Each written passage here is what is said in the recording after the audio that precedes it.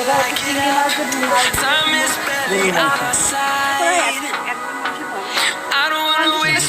Hello viewers, আসসালামু আলাইকুম। আশা করছি আপনারা সবাই ভালো আছেন। আলহামদুলিল্লাহ, আল্লাহ পাক ভালো রেখেছেন। তো এখন কিন্তু মানে কি বলবো, প্রচন্ড রোদ্দুর আজকে, আর যে পরিমাণে গরম না ভিডিও স্টার্ট করে পরে এডিটও করে না, দেওয়া হয় না। যাই হোক, তো সবচেয়ে বড় কথা যেটা, যে শ্বশুর বাড়িতে মোটামুটি অনেকদিন পরেই আসা হয়েছে, একেবারে হঠাৎ সিদ্ধান্ত। কোনো মানে হাঁসের গল্প উঠতে গিয়ে হাঁস খাওয়ার লোভে সে শ্বশুর বাড়ি চলে আসছে। তো সবচেয়ে বড় কথা, যাই হোক, খুব মানে সংক্ষিপ্ত একটা সফর ছিল আমাদের জন্য। সেটা হচ্ছে আসার যে একটা প্রবণতা, এটা উদ্যোগ নিয়ে আবার পরে থেমে গিয়েছিল। পরে দেখলাম যে মিমের খুবই মন খারাপ। তো আমি চাচ্ছিলাম না, একবার মন চলে গেলে সেটা আর মানে না গেলে ভালো লাগে না।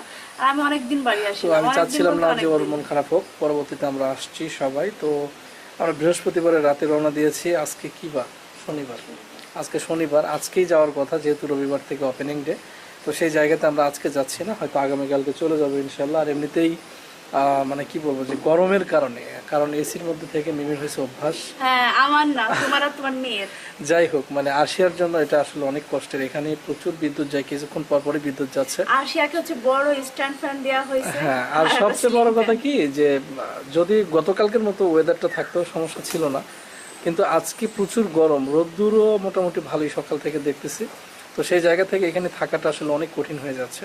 তো আজকে থেকে হয়তো আগামীকালকে ইনশাল্লাহ আমরা চলে যাবো, সেরকমই পরিকল্পনা করেছি। আর যেহেতু অফিস আদালত সব ওপেনিং, অর্থাৎ খুলেছে অলরেডি, আগামীকালকে থেকে খুলবে, সরি খুলেছে না। তো সেই জায়গাতে থাকার স্কোপ নেই বললেই চলে। আর এখানে আরিফা আছে। কি অবস্থা আরিফা? ভালো। ভালো? গরমের মধ্যে কেমন লাগতেছে? আসলে আমারও অত বেশি গরম লাগে না এখন, সমস্যা নাই, আমার কোনো সমস্যা নেই। একটা বিষয় হচ্ছে কি, মানে বড় আজব বা অদ্ভুত বিষয়, সেটা হচ্ছে যে ও প্রচন্ড গরমেও ওকে আমি কোনো সময় দেখি না যে ও, অনেক সময় হয় কি আমি গোসল করে আসলে আমার অত বেশি গরম। খাও, দেখেন এটা কি, খাও না, এটা খাবো। মেমো এখন হচ্ছে মরিচ খাবে।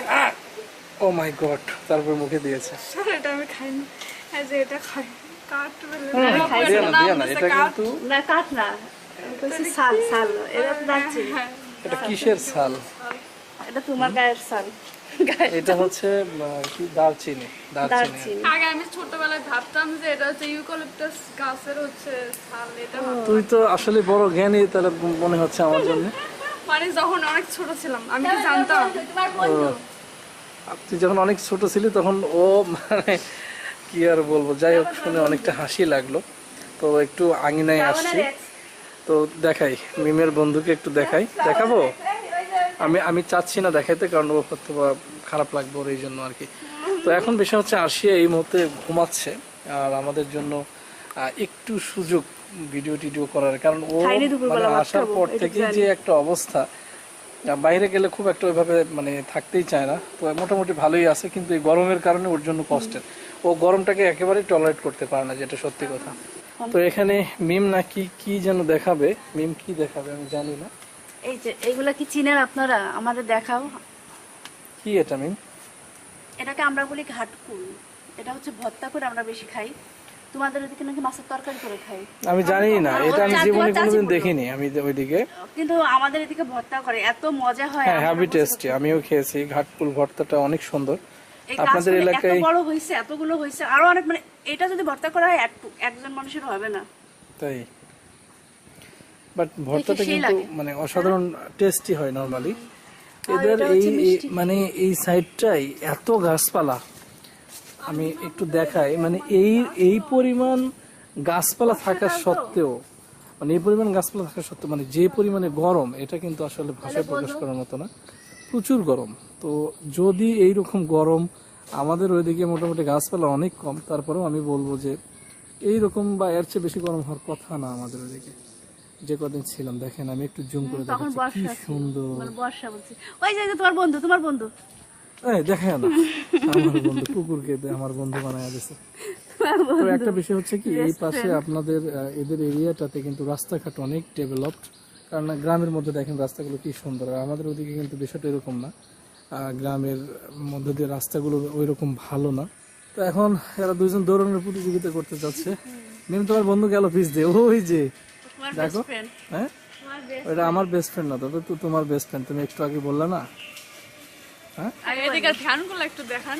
না এটা সব দিকেই তো এরকমই। আর এইদিকের ভ্যানে উঠলে আমার মনে হয় আমি কখন জানি না পড়ে যাব, মানে অনেক রিস্কি। ওদের ভ্যানে উঠলে মনে হয় যে আমি কোন সময় উল্টে পড়ে মানে মানে আর কালকে এটা মিমাপুর ভাবেও বলছে যে আমারও মনে হয় আমার পা থেকে জুতা খুলে আমি পড়ে হ্যাঁ, যাব। মনে হয় যে জুতা খুলে যাবে পা থেকে। আর এরকম আমার অনেকবার হয়েছে যে আমি ভ্যানের পিছনে বসছি, আমার জুতা খুলে পড়ে আর গেছে। আমাদের ওইদিকের যে রাস্তা, এই ভ্যান যদি আমাদের রাস্তায় নিয়ে যাওয়া হয় নির্ঘাত মানে পড়ে যাবে। হ্যাঁ পড়ে যাবে, এটা শিওর। হ্যাঁ। আর এদিকে অনেক কিছুই পাওয়া যায়, সেটা হচ্ছে ইনডোর প্লান্ট পাওয়া যায় মিমাপুরের এদিকে, মানি প্লান্টের গাছ। মানে আমাদের রাস্তাঘাটেই। আমাদের ওদিকে কাজ আর সেটা আমরা ঢাকায় এত কিনি তা হচ্ছে 50 টাকা। 50 টাকা সর্বনিম্ন। হ্যাঁ, কিছু কিছু ইনডোর প্লান্ট আছে, ওই যে স্নাক প্লান্ট যেটা, ওইটার দাম অনেক বেশি চাইছে। আর দেখো, আর এই গাছগুলো আমি বাসায় নিয়ে গেছি একটা, এগুলা কিন্তু আমি লাগাইছিলাম ভেঙ্গে ভেঙ্গে। আমি আর সেজো কাকি, আমাদের পুরা ওই সেজো কাকিদের ঘরের পাশটা। সত্যি অনেক সুন্দর। আর এই পাতাগুলো মানে ভালো লাগে। আর দেখো, এইটা হচ্ছে অন্য ধরনের পাতা আবার। এই পাতাটা পাতার তুমি বলে যে ডিজাইনটা একটু দেখো। ডিফারেন্ট, গতকাল এটা তো আমি বললে। কখনো দেখিনি, এখানে আছে। আরো এগুলো লাল আছে, মেজো ফুপুদের বাড়ি আরো কয়েকটা প্রকার আছে। এখান থেকে একটা ডাল নিয়ে যাবো, ডাল লাগাইতে হ্যাঁ যা সময় নিয়ে যাও তাহলে। মিউজিক লাগাই দিলে হরর ভিডিও। আর একটা বিষয় হচ্ছে কি যে এদের যে এই সাইডটা মানে যে পরিমাণে রোড ঘাটের উপরে, অর্থাৎ এত পরিমাণে গাছপালা যে আকাশ থেকে যে কোনো ধরনের কোনো আলো এই জায়গাতে আসবে সেটাও কঠিন। আমরা যখন রাতের বেলা আসছিলাম সেদিন মানে প্রচুর পরিমাণে, আমি বলবো যে একেবারে অন্ধকারাচ্ছন্ন, কিচ্ছু দেখা যায় না ঠিকঠাক মতো। অত্যন্ত মানে হরর এনভায়রনমেন্ট আমি বলবো, যে যে কোনো মানুষকে এই জায়গায় নিয়ে এসে আমাদের ওখানকার এদিকে ছেড়ে দিলে কিন্তু ভয় পাবে আর কি, সত্যি অনেক ভয়ানক। তো যাই হোক, সবচেয়ে বড় কথা যেটা, যে শ্বশুরবাড়িতে আসার পর থেকেই নর্মালি যেটা হয় যে শ্বশুরবাড়ি মধুর হাড়ি আমরা যেটা বলে থাকি, তো শ্বশুরবাড়িতে আসার পর থেকে কিন্তু খাবার দাবার অনেক বেশি খাওয়া হয়ে গেছে। প্রেশার কিন্তু অলরেডি বেড়ে গিয়েছে। আমার প্রেশার এমনিতেই একটু মানে বাড়তি সব সময়ের জন্য, সে অনেক আগের থেকেই দেখতেছি, যদিও এটার জন্য আমি আজও পর্যন্ত কোনো ধরনের কোনো ডাক্তার বা ওরকম কোনো কিছু দেখাইনি।